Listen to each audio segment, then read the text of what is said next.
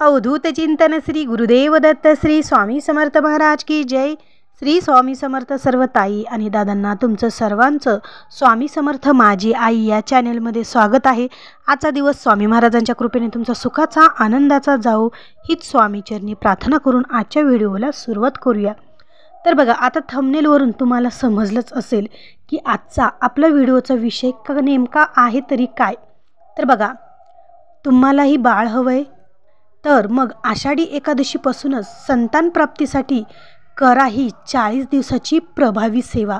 100% संतान प्राप्ती नक्की होईल।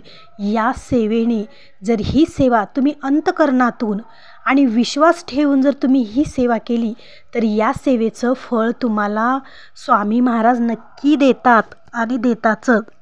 तर बघा, प्रत्येक स्त्रीच्या जीवनामध्ये लग्न झाल्यानंतर प्रत्येकजण आपली प्रॉपर्टी म्हणा, आपला पैसा म्हणा, आपलं सोनं नाणं हे प्रत्येकजण विचारतं असं नाही।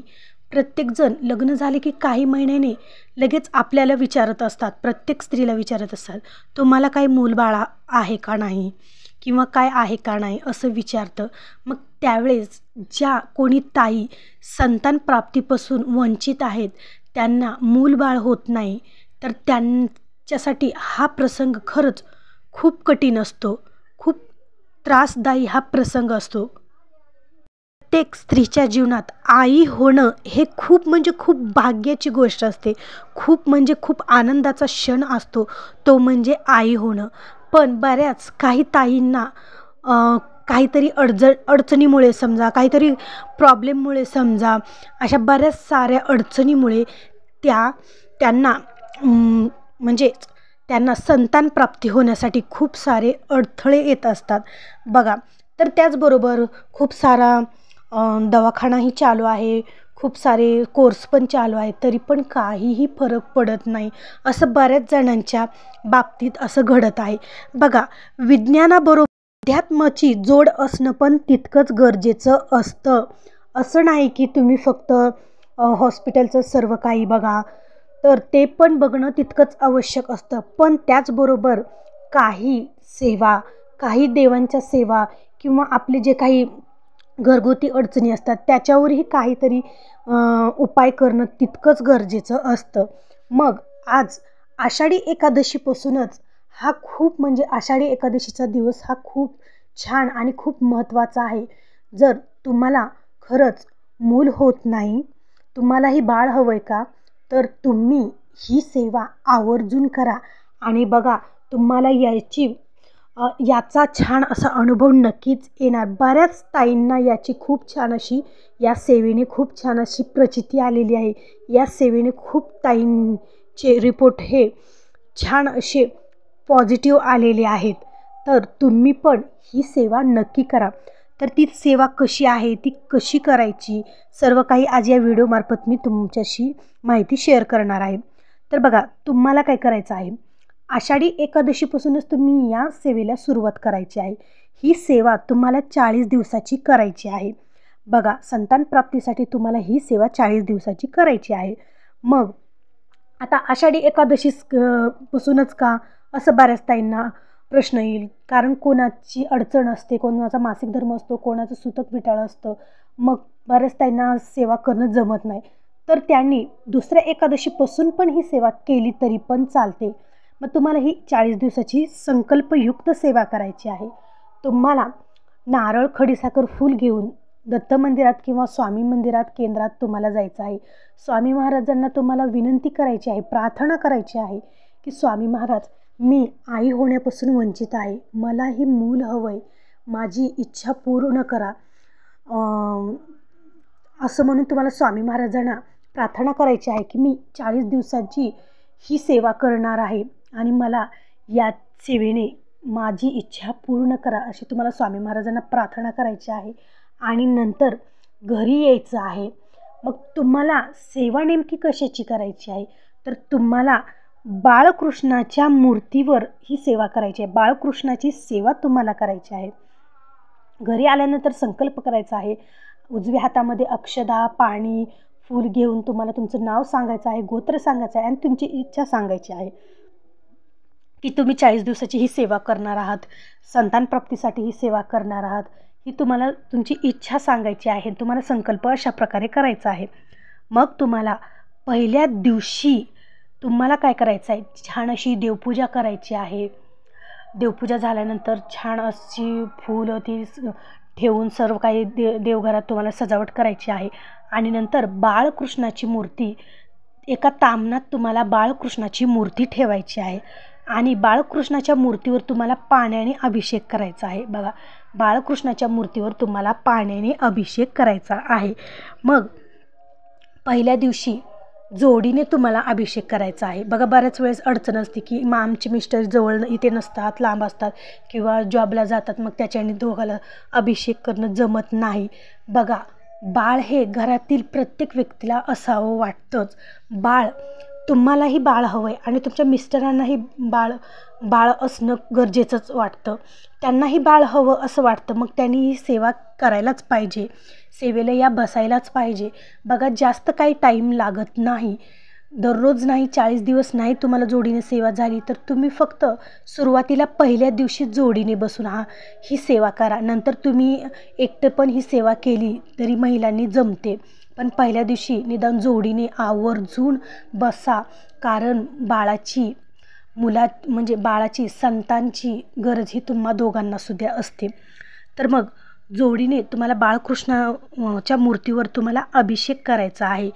गळती असेल तर गळती ठेवा, नाहीतरी चमच्याने अभिषेक तुम्ही करू शकतात. मग अभिषेक करताना तुम्हाला काय सेवा करायची आहे, ही सेवा खरं तर महत्त्वाची आहे. संतान प्राप्तीसाठी ही सेवा खूप महत्त्वाची आहे. तुम्हाला या 3 सेवा आवर्जून करायच्या आहेत. तुम्हाला काय करायचं आहे, आता गळती ठेवली असेल तर तुम्ही सेवा करू शकतात, पण गळती जर नसेल तर तुम्हाला हाताने चमच्याने असं तुम्हाला अभिषेक करावा लागेल. मग तुमच्या हाताला तुमच्या मिस्टरांनी धरून दोघाच्या हाताने त्याच्यावर मूर्तीवर बाळकृष्णाच्या मूर्तीवर तुम्हाला अभिषेक करायचा आहे.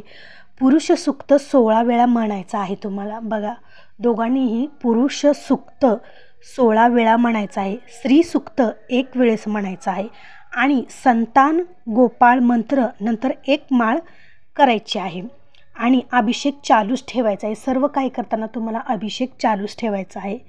तर अशा प्रकारे तुम्हाला ही सेवा तुम्हाला बाळकृष्णाच्या मूर्तीवर करायची आहे.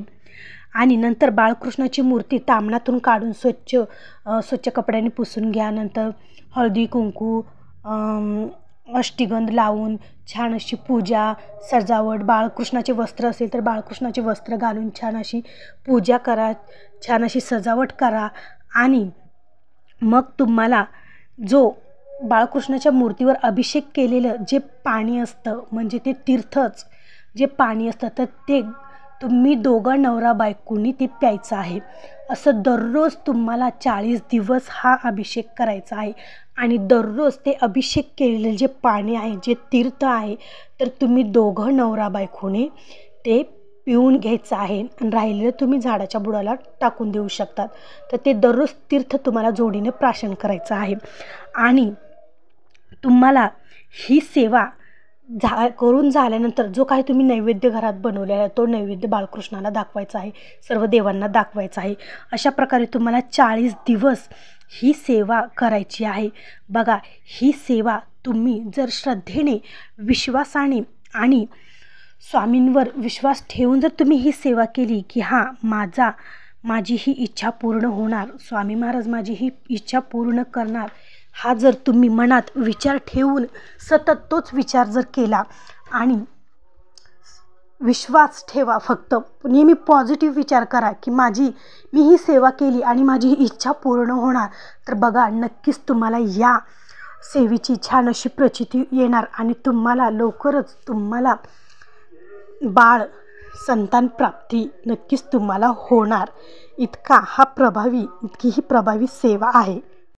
ताईंना या सेवेचा अनुभव आलेला आहे, खूप ताईंना या सेवेमुळे संतानप्राप्ती झालेली आहे.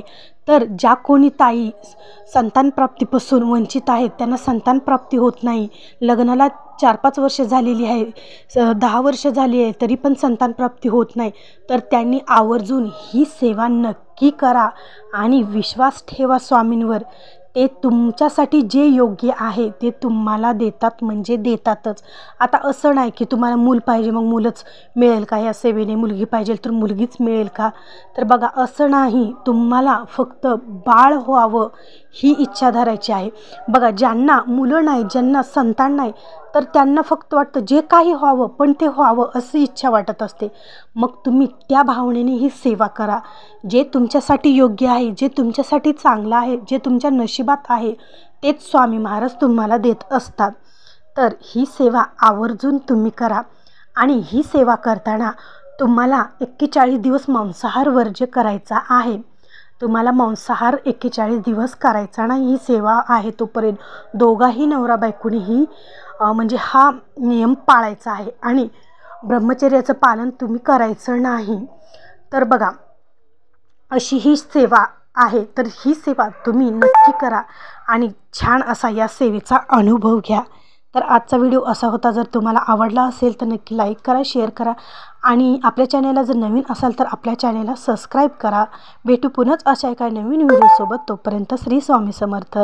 आणि जाता जाता एक लाईक स्वामी महाराजांसाठी नक्की होऊ द्या आणि कमेंट करा. कमेंटमध्ये श्री स्वामी समर्थ लिहायला अजिबात विसरू नका. श्री स्वामी समर्थ.